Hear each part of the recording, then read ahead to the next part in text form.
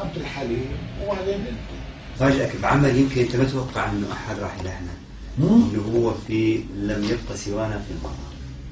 هذا العمل لو تسمعه شوية لبنانية فيه، هو هاي مشكلتي، انه مثلا لو نقدر مثلا انت قلت انه بيروت فينا نقول بغداد.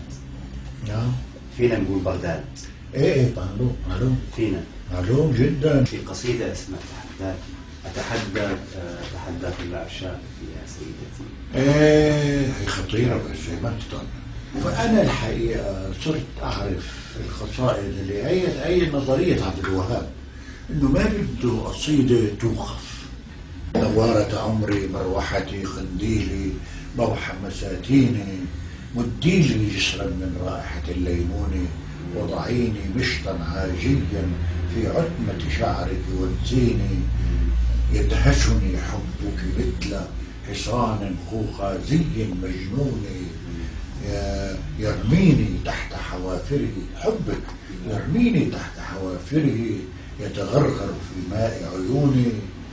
انه فانا من بدء التكوين، شوف هذا البيت، فانا من بدء التكوين ابحث عن وطن لجبيني، وطن استريح عليه، يعني هي الوطن. ابحث عن وطن لجبيني، عن شعر امرأة يكتبني فوق الجدران. ويعني هدول الاربع ابيات من اهم الابيات، انه ابحث عن شعر امرأة يكتبني فوق الجدران ويمحوني، عن حب امرأة يأخذني لحدود الشمس ويرميني، عن شفة امرأة تجعلني كغبار الذهب المطحون. في الذهب المطحون أشهد أن امرأة تجتاح في لحظات العشق كالزلزال. أشهد أن امرأة تجتاح في لحظات العشق كالزلزال. تحرقني تغرقني تشعلني تطفئني تكسرني نصفين كالهلال.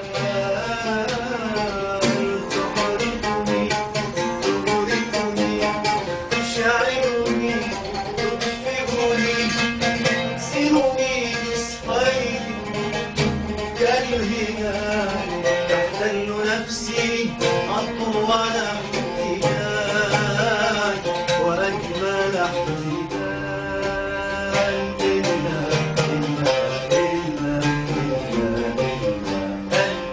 تشهد أن لحظات أثرت النعمة.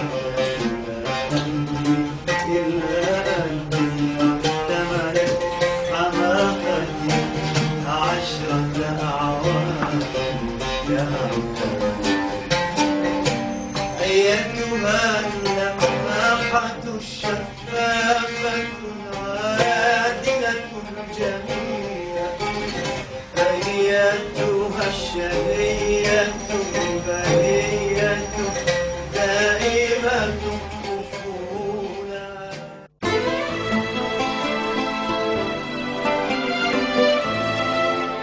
الحقيقة لقاء